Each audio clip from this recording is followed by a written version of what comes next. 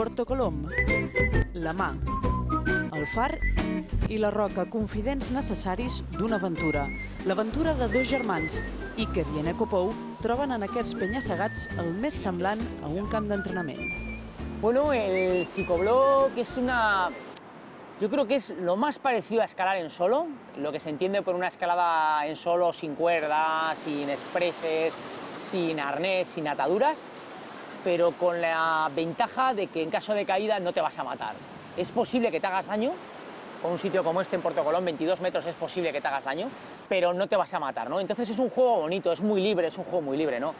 Definició tan real com sorprenent. O sigui, això de pujar 22 metres sense corda no ho proveu si no sou de llinatge Pou. Ara bé, per començar a practicar, també aquest és el lloc ideal. Y Mallorca, desde luego, es el spot, ¿no? Es el sitio a nivel internacional más potente para hacer psicobloc hoy en día. De psicobloc yo diría que igual es el mejor lugar del mundo. Hemos estado en un montón de ellos practicando psicobloc a raíz de estar la primera vez en el 2008 aquí en Mallorca. Hemos recorrido un montón de sitios y este es el mejor, ¿no? Entonces es un sitio que te hace volver. Són dels millors del món, però així i tot, el psicobloc no és el seu punt més fort. Nosotros somos montañeros, somos de familia montañera, nuestros padres eran montañeros, somos de tradición vasca muy montañera, entonces lo que realmente nos gusta es la montaña. A partir de ahí hacemos prácticamente de todo. Y pues bueno, ahora por quedarnos con una, con la que más nos llena, igual con la que más estamos metidos, pues sería igual de la escalada igual de grandes paredes o big walls o más de cosas de aventura, ¿no? Expediciones y demás. Tot just acaben d'arribar de l'Himalaya, on han obert 600 metres d'una nova via. Ara, mentre recuperen forces, ja pensen en nous desafiaments. Yo creo que hacia verano buscaremos un proyecto en los Alpes, casi seguro. Un proyecto bonito en los Alpes, haremos también Pico-Urriello, Naranjo de Bulnes en Asturias, o quizás otro reto en Mallorca para invierno, ¿por qué no? Y luego sí que nos queda algún viaje por Europa, pero un poco más de compromiso, de escalada también, pero más de compromiso de trabajo que otra cosa, ¿no? Y de cara al año que viene, pues bueno, imagino que haremos alguna otra aventura, alguna otra expedición o alguna otra salida.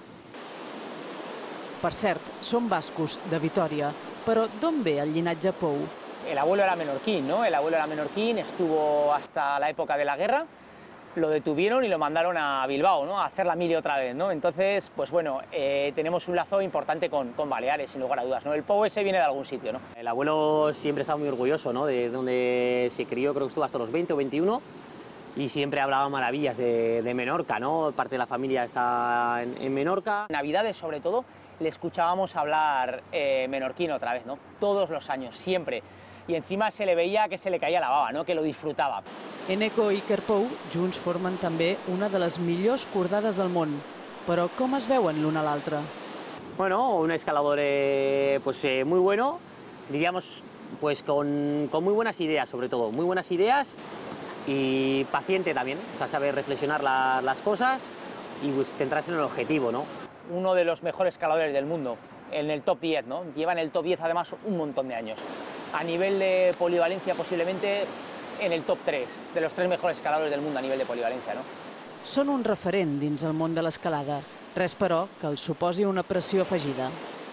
Por ahora estamos motivados y seguiremos ahí, ¿no? Nosotros hacemos lo que nos gusta, somos unos afortunados de poder vivir de lo que siempre más nos ha gustado, ¿no? Que es escalar y viajar, y yo creo que mientras estemos motivados lo seguiremos haciendo, ¿no? Y si esto puede servir de ejemplo para otra gente y motivar a otra gente, pues bienvenido sea, ¿no? Yo creo que hay que verle el lado bueno de que nos quieren jubilar pero no les vamos a dejar, ¿no?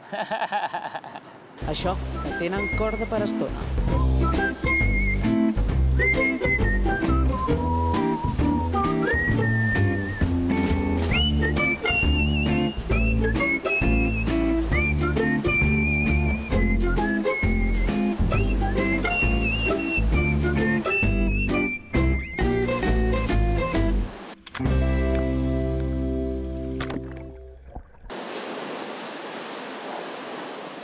Molta habilitat fa falta. Imagineu-vos ara, idò, si a més hem de gravar les imatges que heu vist.